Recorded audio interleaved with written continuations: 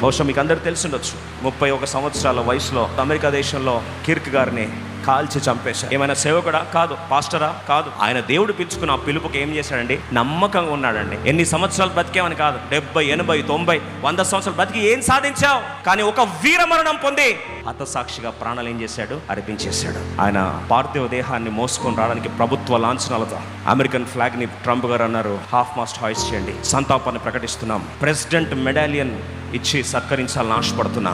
చరిత్రలో ఒక vice president ప్రభుత్వ లాంఛనాలతో ఆయన పార్థివ దేహాన్ని మోస్తా ఉన్నాడండి.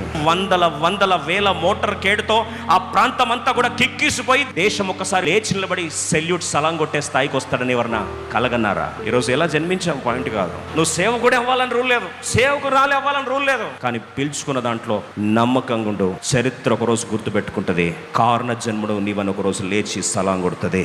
ఆ మాటలు దేవుడు మన పక్షం నెరవేర్చును గాక.